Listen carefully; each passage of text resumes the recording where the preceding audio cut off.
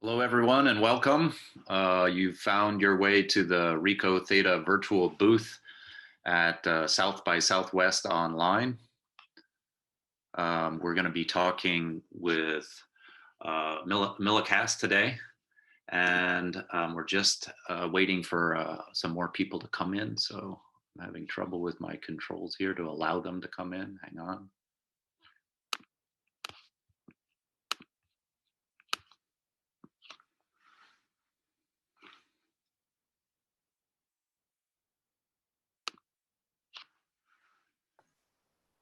Yep, so we'll give everyone just a few more minutes. Again, this is the real-time 360 live streaming from Theta to Millicast, the Millicast streaming platform using Webrtc, very cool web standards and some great details. Ryan Jespersen, streaming engineer at Millicast, and also his colleague, Robert Vogel, will be doing a demo. So pretty slick stuff. We'll start here in just another minute.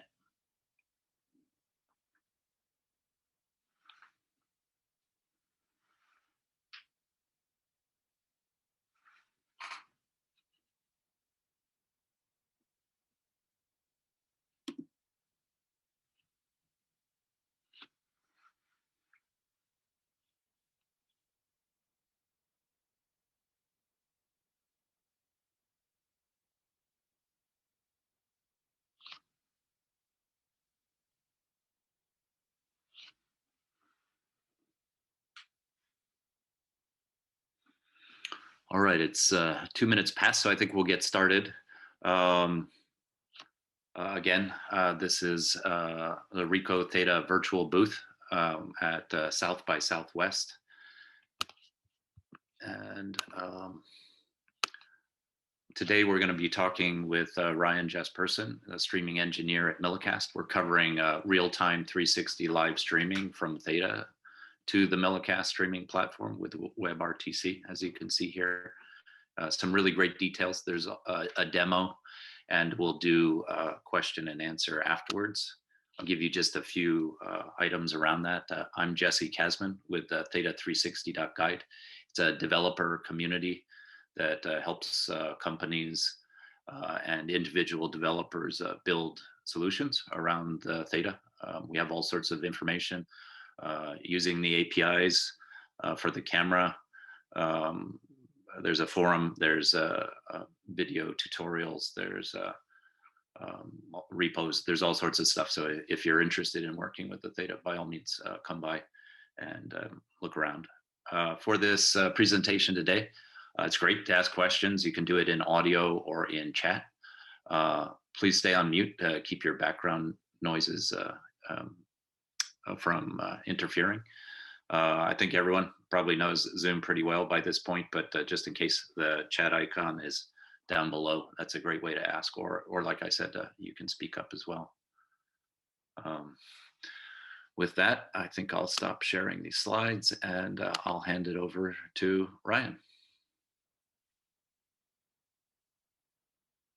Ryan, yeah, there you go. In this presentation, we're going to show you how to build a new generation of interactive 360-degree real-time streaming solutions using the Millicast real-time streaming platform and the Theta 360 cameras. We will show you how to do a complete end-to-end workflow that will enable a new generation of interactivity with 360-degree live feed from the Theta camera to the Millicast platform to deliver Webrtc natively in any browser, on any device, at scale with sub-second latency and immersive quality color and sound. When it comes to interactivity, human nature craves interaction, and that interaction leads to engagement. You've seen, especially over the last year, the proliferation of watch parties and virtual audiences and digital seats. As Roger Goodell, from the commissioner of the NFL, pointed out, they're trying to find new ways to interact with their audiences, attract younger audiences who are used to consuming on their devices, and they want to find a way to make the remote experience feel real. And this is true not only in live sports, but in video-enabled e-commerce, live auctions, cloud gaming, live events, telemedicine. There's a range of different markets that need interactivity, and really no market's going to be left untouched. That particular interactivity will unlock value in many, many multi-billion-dollar markets. But how do we achieve it? How do we make a live streaming experience truly interactive? In order for it to be interactive, it needs to be two-way, not just one way, and it needs to allow the viewer to control the experience. The interactive part of it needs to be built on these different building blocks. Those are real time. It needs to be sub-second and preferably under half a second of latency around the globe. It needs to be high quality to kind of mimic the live experience, not just web quality, but broadcast quality as well, with surround sound and high resolution. It needs to be web scale and scale to millions of concurrent viewers and thousands of concurrent streams. And it needs to be secure as well to protect the content end to end. And the only way to do that is doing that with internet, web, and media standards to reach every single device. The Millicast platform is built on Webrtc, which was made an internet and web standard by the IETF and W3C in January 2021. And what it means is it solidifies the standard for all the browsers, all of the applications that are built on top of it, to have a reliable experience for both broadcast and playback. And this will allow you to reach over 1 trillion devices, everything from mobile devices to smart TVs, to computers, to IoT devices, game consoles, really everything, both from a broadcast and from a consumption perspective, without needing a third-party plugin to make the content work. And we'll show a demo of this working both in browser as well as on a smart TV, using Webrtc as a communication protocol across those devices. Let's talk a little bit about different case studies. There is a use case for live telemedicine where you want to be able to create an interactive, engaging experience for students learning from doctors who are doing particular procedures around the world. You could be using a Theta camera to capture that content inside. So if you are a nurse and want to see the nurse interacting with the doctor and learn from that experience, you can. But if you're a doctor who wants to focus on the actual procedure happening, you can do that as well. It lets the user have control over that experience. And also you can create an interactive element where you can enable the students to learn from each other during this experience, because they're all consuming this in real time over Webrtc, whether it be on their own mobile devices or using a VR headset to create a more engaging student experience. We also have a customer called ClickBid that is doing live auctions. They are using 360 to engage or add more value to the live auction experience, so the consumer can actually pan around and see different things from different angles inside of their live auction. We also have a customer called Hopper that does live streaming virtual tours, and they've grown by leaps and bounds over the last year and a half because of the fact that we're not able to travel in the current times. So this is a great way to do virtual tours with professional tour guides, and not just do 2D linear tours, but also do 360-degree virtual tours that allows the virtual tour person who's consuming the content and purchasing the tour to really take in the entire tour experience remotely. And doing this live can be enabled with the RICOH Theta camera and the Millicast platform. So we can talk a little bit about the Webrtc workflow. So when it comes to the Theta camera, this can be streamed over RTMP into the Millicast platform, or like in the demo today, you can have it in a local environment connected over USB to a computer that is using an encoder. The encoder we're using today is OBS, which is an open source encoder, software encoder, which captures the raw stitched feed from the Theta camera, encodes that into a video and audio codec, wraps that inside of the Webrtc protocol, sends it to Millicast, then takes care about streaming and scaling that to millions of viewers around the world through a playback window that they can consume on any device. This entire workflow, what we've enabled the 360 playback in browser is through an open source player that my colleague Robert will be showing in his demo, which allows you to use that code to play back that 360 and give the user the control of the raw video inside the browsers. And with that in mind, we're going to show now a full demo doing this inside the browser. And in the demo, Robert will show how you can not only consume that inside your browser, but then also cast that to a Chromecast or an Apple TV for consumption on those devices as well. So with that, let me pass it over to Robert, who will show an end-to-end demo. All right, Millicast users, we are going to do a demo on setting up the RICOH Theta V camera with Millicast. So, of course, if you have the camera, you can create an account at Millicast. And once you've created your account, what you're going to want to do is you're going to create a stream token. And you set the plus key, and you can label it whatever you would like. I have the label already as RICOH 360 Live. Okay. You're also going to need OBS, the WebRTC version available from your Millicast portal. And for this demonstration, I'll be using 26.1.2. Okay, and then if you're on a PC, you're also going to need the Theta V UVC driver that'll allow OBS to see the camera.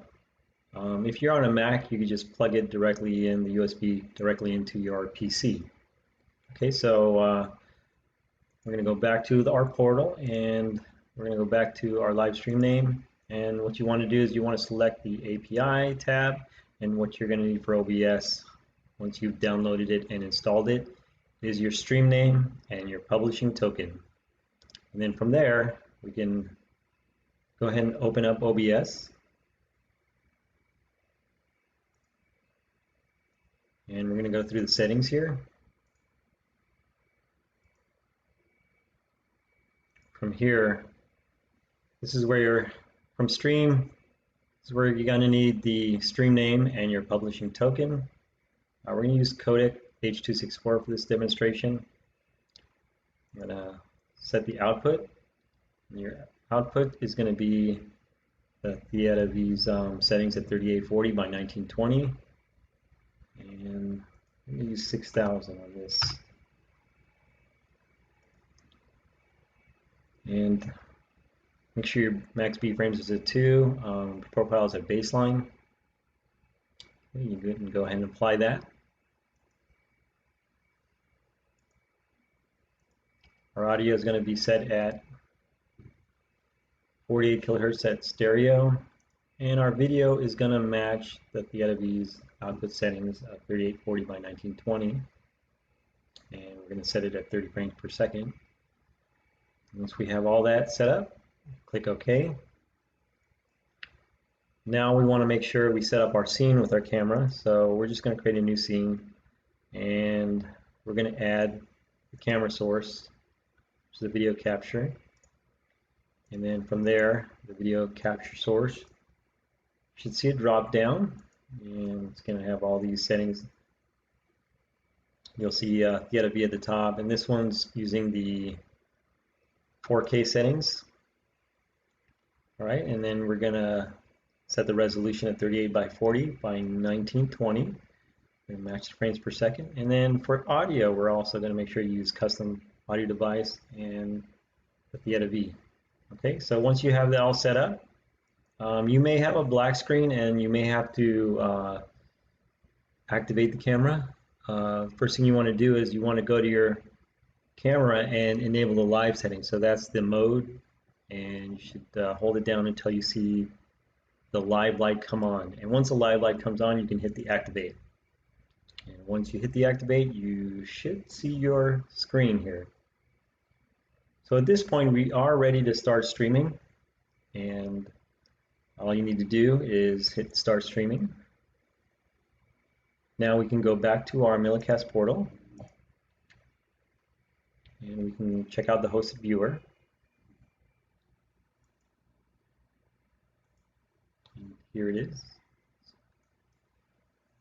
It's going to be warped from the link from our portal. So I've set up a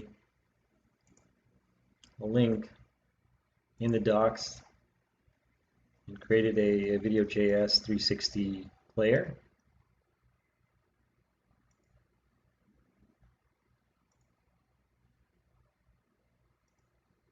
And then all you need from the portal again is this one. You're going to need your account ID right here and your stream name. And then from there you can start the player. And there we go. Now we can pan over to me. And there may be a delay on this one because I'm actually streaming two streams. I have two OBSs open, and one's at 6,000 and one's at 4,000. So, and now I have only 12 up. So don't let the stutter throw you off. I am streaming two streams at this time. So once again, we can go pan around. You know, if we want to enable the cast, we can also select on our Chrome cast, and we can cast it right to any monitor around. Sorry, there we go. Now you can see it's on the upper TV as well.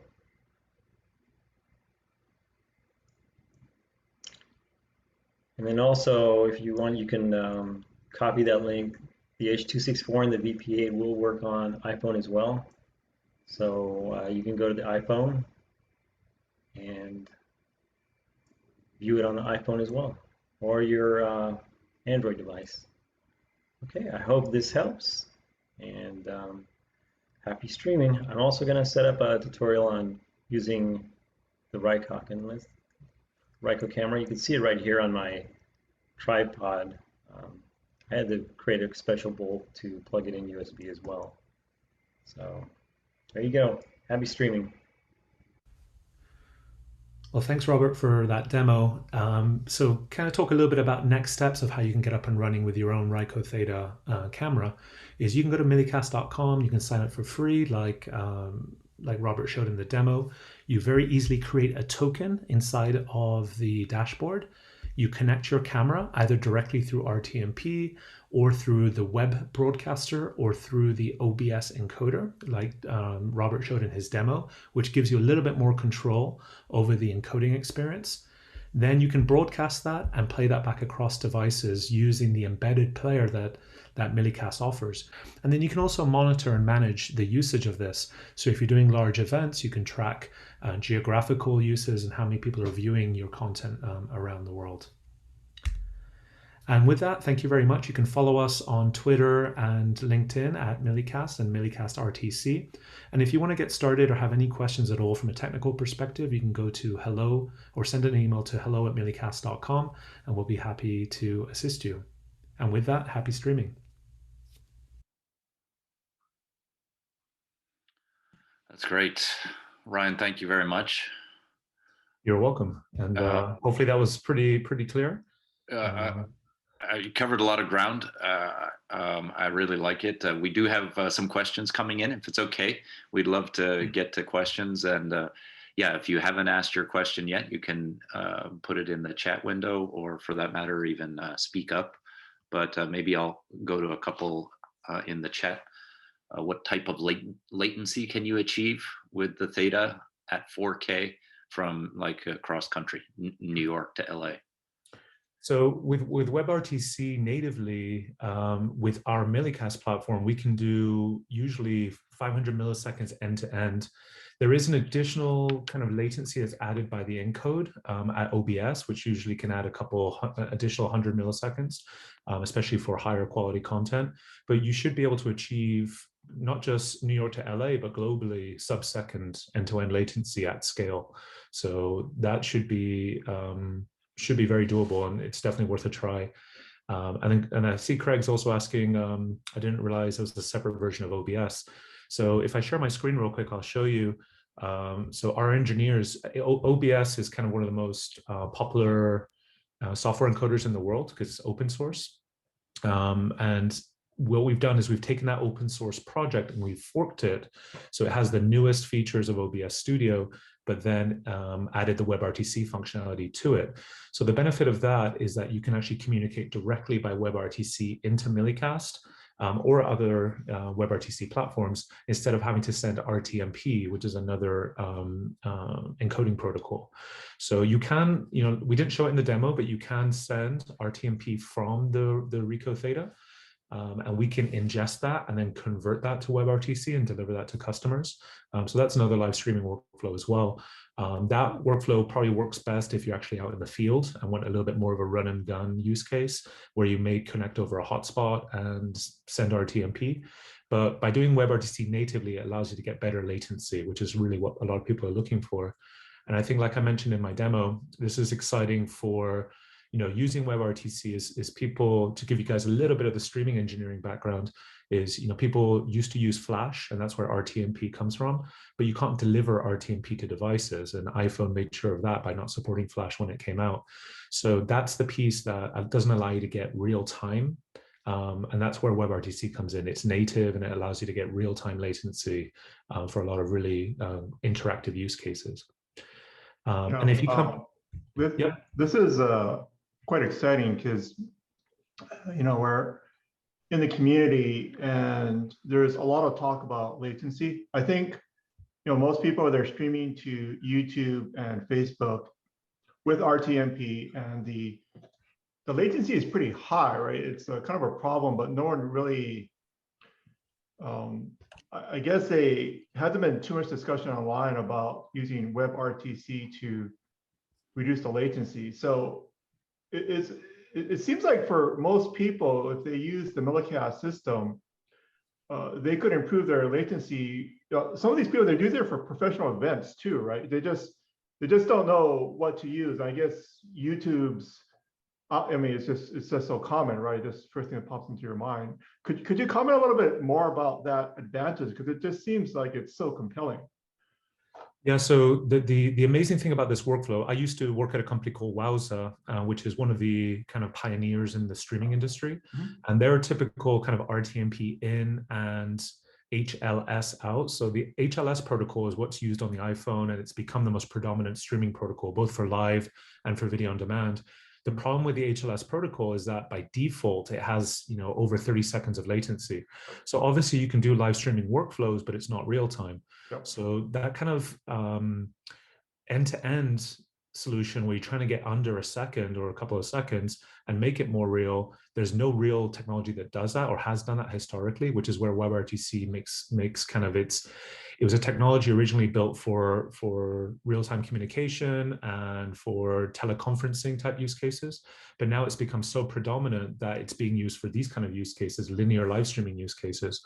And with WebRTC now becoming a standard, like we mentioned in the demo, it's native on every device. So unlike HLS, where you have to use a separate player that has to be, we're doing this all native inside the browser without a plugin. So yeah, the use cases are endless for people who want to achieve true latency. The only problem with WebRTC as well, or an additional problem historically, is that nobody's really been able to scale it efficiently to thousands or millions of concurrent viewers. So that's where our platform comes in. We've built the scaling layer of that to make it act more like a CDN or a content delivery network. Most CDNs obviously are built for HLS, but we've created one for WebRTC where we can still achieve those thresholds of latency that people need to be sub-second for those use cases, in addition to adding the scaling layer. So that's really where the Theta use case really works very nicely. And when the obvious places for where you need latency are everything from gaming to gambling and betting to telemedicine to educational use cases. Live auctions, these are all things that can't have more than 1 second of latency, otherwise the use case falls apart. So I think that's where using the RICOH Theta with this kind of real-time platform that's native playback on all devices is where it's just a magical combination. That's amazing. Going into your presentation here, just kind of quickly looking at your website, and there's this interactivity message, but I guess in my mind, I was still thinking, oh, it's a 30-second latency and interactivity. It's kind of real time. Like if you're chatting or giving some feedback, like like satellite TV or that type of thing. It's still fairly real time. When I saw your presentation, I was kind of in shock that you're achieving such low latencies. I think it's very new technology, right? This type of technique. Yeah, probably the new piece, and like I said, it's been an evolution of WebRTC over the last 10 years. And I think a lot of us know WebRTC because we use Google Meets or web native teleconferencing type applications that use WebRTC. The use case there is that we connect in a Zoom type meeting and we're all connecting peer to peer. And WebRTC right out of the box works in a peer-to-peer mode, where imagine you and I and 2 or 3 others, like in the Zoom meeting, are all talking, we're sharing data with each other. The problem with the economies of scale of that is the minute you get 10 or 20 concurrent people, there's too much data to share. And there are things in WebRTC that intelligently remove the video, so it's just audio and so on and so forth until you become an active speaker. But the reality is scaling that to hundreds, thousands or more is not a native functionality. So that's where that kind of magic voodoo we've built into it allows for that scaling layer to do that. So the WebRTC, it is low latent first. It works over UDP. So UDP is kind of a protocol that if you imagine you are doing a run and gun, let's say you're doing a surf competition and you're out in the water and you've got the 360 camera connected over 4G. If for some reason that mobile tower gives you a little bit less data, what happens with WebRTC is it drops the packets. So there can be some packet loss there, but it does that because latency is more important than stream resiliency. So there's things like that just make it optimal for very, very low latent use cases, which isn't true of a lot of other protocols that will wait for data before it transmits, So that's kind of the more the engineering side of it.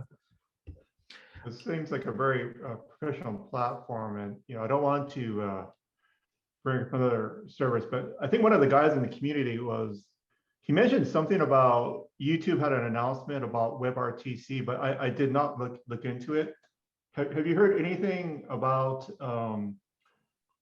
I guess it's fair to talk about because it's kind of the big name, right, for streaming. Yeah, and let me address a quick question here. I see a question from Dave that says, would the stream play in a VR headset like the Oculus Go? Absolutely. So a lot of these headsets are actually built on Android OS, or they're built on open source libraries. All you need is just a browser. So any native browser like Chrome, like Safari, like Firefox, like Microsoft Internet Explorer Edge, all are using this WebRTC 1.0. So it's native. You should be able to build an app for the Oculus that uses the web browser, and then all you use is Robert's code to do that. The other piece too is if you don't want to use the native browser, you can use kind of the libWebRTC library and build that into your application for Oculus Go apps and other apps. That gives you a little bit more control over the playback experience. But once again, those libraries are open source and completely free. So there's no licensing model with WebRTC or the codecs that come attached to it. To address your question about YouTube, so WebRTC was bought as a technology, was bought by Google, and they open sourced it. And a lot of the technology they've used inside of products like Google Meet, Google Hangouts, Google Duo, all use WebRTC as their base communication platform. But as far as YouTube, as far as I know, there's no contribution protocol into YouTube that's WebRTC currently, nor is there a playback in WebRTC. And the reason for that is kind of what I addressed earlier, is there's a huge expense and a cost that is associated with WebRTC for the users that you end up adding to a stream. Let's say on YouTube, you have a couple 100,000 viewers. You have to spin up servers to connect to all those people to act as kind of the mesh network to deliver that WebRTC content. It's actually what's called a stateful connection with a server. With HLS, which is the protocol I mentioned earlier, and there's another HTTP protocol called Dash. Those are protocols that can scale very affordably without having to spin up servers. You use a CDN to deliver them. So for YouTube delivering content, even live content, they have optimized versions, I think, of Dash that they use within their platform that you can maybe get at the very, very best, like 5 seconds and probably more of latency. So yes, you can do a live workflow and you can get into that platform, but you can't get sub-second, nor will you, because it's just you have limitations with those HTTP protocols. And the same is true of other live streaming platforms, everything from Livestream, Vimeo, to even Wowza. There's a range of platforms that don't support WebRTC in that kind of a mesh network use case. Wow. Seems Yeah, like I can go down a rabbit hole of the technical guys. detail as well. Yeah, especially now during COVID-19, I guess like the interest in your business must have really picked up, huh? Yeah, it's interesting. A lot of, what I focus this presentation on, we're a platform as a service, so we actually don't get into the specific verticals that I mentioned earlier. So we have such a range of different verticals that are actually using our technology, and everything from kind of telemedicine, live auctions. The biggest one that's come during COVID is kind of remote production. And with remote production, you've got all the big Hollywood studios that are trying to make more people work from home, so they don't have the issue of having too many people on site for TV and film production. And what that means is you have even like director of photography and color gradists and makeup artists and all these people involved in the production of big shows that are connecting in real time using our platform. And that's a very interesting use case, that it allows for that interactivity and that collaboration because it's real time. So we have people passing some very, very high quality streams across our platform.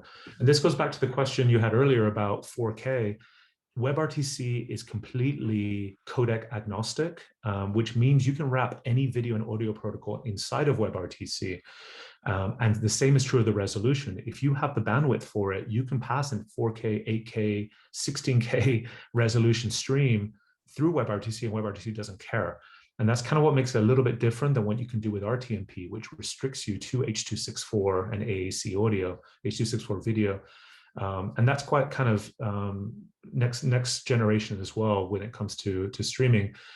There's another piece of this, which is WebRTC is also embracing AV1, which is a new codec that has a very transparent licensing model that makes it, affordable or free to actually use AV1. And the great thing about AV1 is that it's more efficient about encoding the video itself.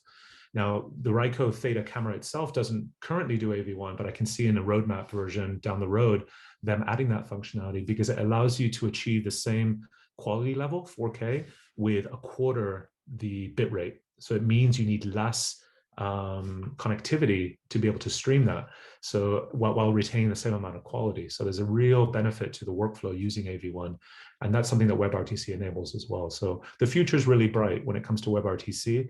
And when I worked at Wowza, I kind of led the 360 VR initiative and worked with a lot of 360 manufacturers, many of who weren't around, because I felt like the industry wasn't ready to really use 360 in kind of innovative ways. So a lot of the camera manufacturers and the stitching software manufacturers that were around 5 years ago don't exist anymore. They were a little bit too early to the industry.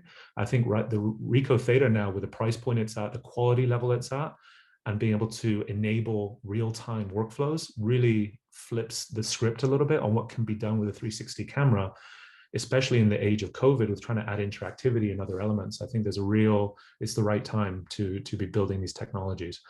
And a lot of this was cost prohibitive going back 5 years. Trying to build a workflow was in the tens of thousands of dollars to try to do that, both from the camera side, the quality side, and the streaming infrastructure side. Now it can all be done in 5 minutes with a pay-as-you-go plan with a great camera that's under $1,000. Like it makes it accessible to everyone. And we're seeing the same with drones as well. We were working with drones 5 years ago, and now people are using WebRTC with DJI drones, and I can see them eventually building a 360 camera into that. There's just so many use cases that could come from this. Dave Keeney seems very eager with a potential use case here. So he's asking, can graphics like stats, logo, or something like that be added in the Millicast cloud, or does that have to be done on ingest? Maybe he's looking for sports or gaming or something. Right. It would seem like a fantastic use case for you guys. Could you talk a little bit about that, how you add these overlays in? Yeah, so in the demo we did today, we used OBS, the WebRTC version, and that is a tool that allows you to add graphics in real time as you're doing the capture. So I'm just going to pull that up now. You can still see my screen, right? Yeah, can see it. So inside of here, obviously I don't have the 360 camera, but I'm going to pull up my just FaceTime camera I have here. And here, this allows you to pull up layers inside of this that can be different images, it can be logos, it can be lower thirds, it can be live titling that you pull in from Twitter or social media feeds. That's specific to OBS WebRTC version that you're using, or? No, this is true of just OBS. So everything you're seeing Okay. on the interface is all OBS, the open source project.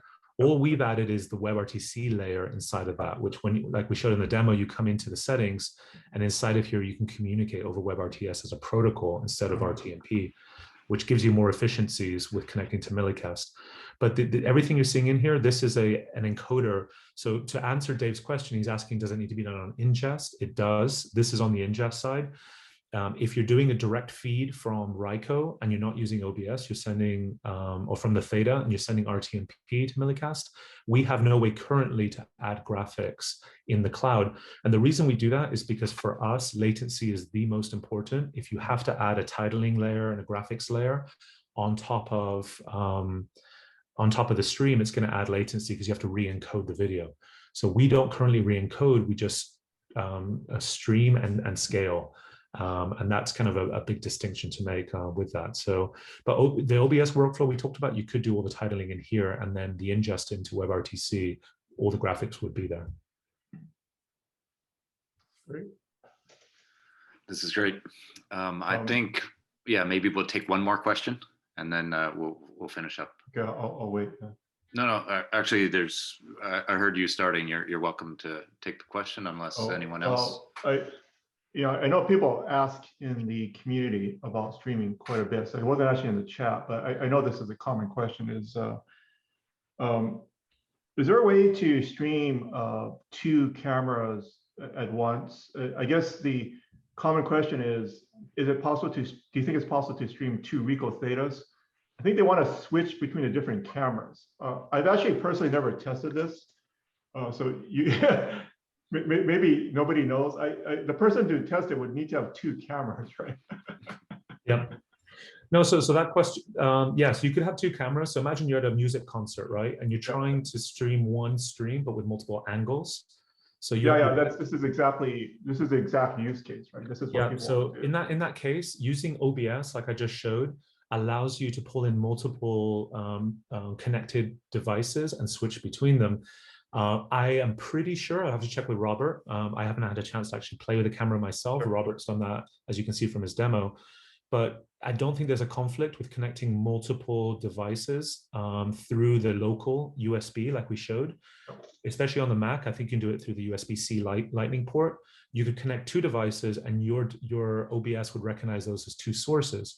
So then, like I just showed in OBS, you would have those layers and be able to switch between them. The only thing is you have to think about what that is like for a end user.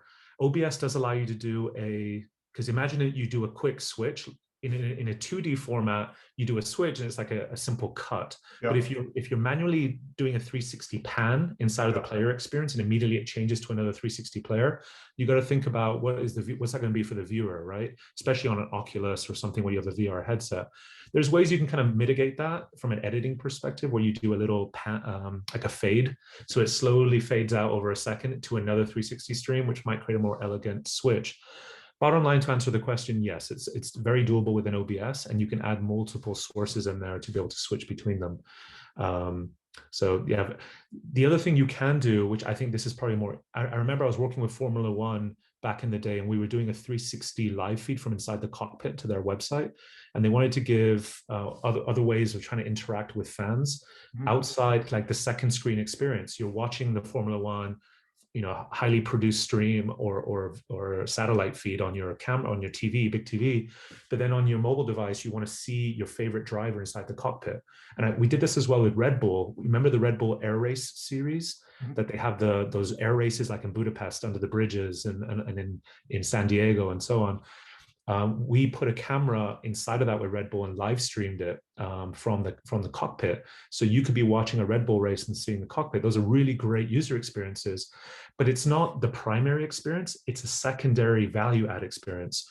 And with doing that, you could actually do multiple 360 cameras and put them on one page where the user can choose in between which one they want to switch to. So it's kind of like a multi-viewer that allows the user to switch between 360 views on one web page. At least with WebRTC, you can control, the great thing about WebRTC, because it's native to the browser, you can control everything with HTML and CSS. All you use is the video tag, and you can place that inside the one web page, have 6 different 360 cameras, and give the user complete control over the venue and which 360 feed they want to switch to. So instead of switching it inside the one feed, the linear feed, like I just talked about in OBS, you could control the playback experience inside of the browser itself, which may create a better, viewer model. So yeah, there's all kinds of things you could do, and I think with WebRTC it really takes it to the next level because of the real-time latency. Oh, one more question, just we're racing against time here, but so people want to try it out.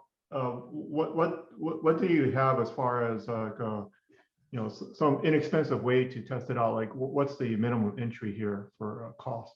Because some people, they want to prototype it, right? And they're kind of still assessing this situation.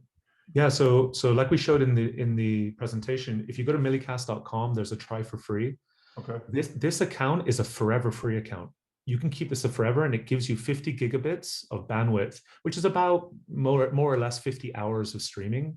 Now, if you have 50 viewers for 1 hour, that would be 1 hour of streaming, because you get roughly about 1 gigabit per hour. And with 4K, it's probably a little bit more than that. But this forever free account, you can literally start with everything we just showed you. If you already have the RICOH Theta, connect that, and there's nothing else. And then all you do is go to the OBS GitHub page. Inside of here, this is a little bit confusing. This is the actual raw GitHub project. But if you want the pre-built Mac, Windows, or Linux builds, you've got to click over here on releases. Yeah. And then within releases, here it says assets. It's a little bit hidden, but you see this is the Mac version I run, and then there's a Windows version and a Linux Debian version. But you can download this completely free, and then sign up for a free account on Millicast and use your Theta camera, and everything we just showed can be done in a matter of 5 minutes, It looks fantastic. I think people are interested in it. Maybe it's kind of new for the RICOH Theta community, and so there's a couple of pieces of software they need to install, right? So, but once they realize that they can at least test it out, they have money, but you kind of just want to test it out to see whether it works before you make the commitment, right? Absolutely, and with this, it's completely free to test. And you run into it, like we have the guide, the tutorial guide, both a recorded one that's on our YouTube, and I think Jesse's going to put it on the Theta guide as well. And we have this documentation, this tutorial, it gives you all the steps. Okay. Yeah. Well, we'll post some more information on forum too, because there is quite a bit of interest. I'm not 100% sure what they're doing with the live streaming, but based on the level of questions that they're asking, they do appear to be pushing the technology, right? Because they're asking these very specific questions about live stream with the camera, and it's pretty obvious they have multiple cameras. They're doing something. I think we'll find out more in the coming months as to actually what they're doing, because I think the live streaming has seen an uptake in COVID-19, and we're not really set up to capture information on use cases normally, but as people get it, once they roll it out, I guess when they're in prototype, they don't want to talk too much, but once they roll it out, they get the word out. So I think we'll start seeing more use cases now.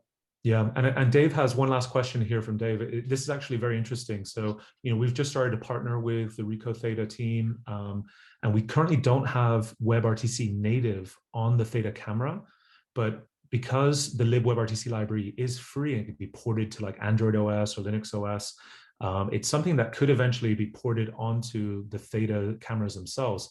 The benefit of that is just like you communicate over RTMP directly, you could skip the step of having to re-encode in OBS and create a direct connection with Millicast. So you would do a hotspot, or something to add internet connectivity onto the RICOH Theta camera, connect over WebRTC directly, and now your latency could be sub 500 milliseconds instead of about a second, because that OBS level does add some additional latency.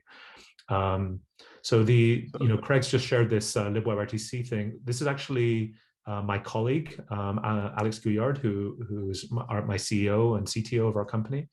And yeah, so Dave's saying that cuts out the transcode, and that's absolutely true. Plus, you have more control. You don't have to double encode on the camera and then in OBS.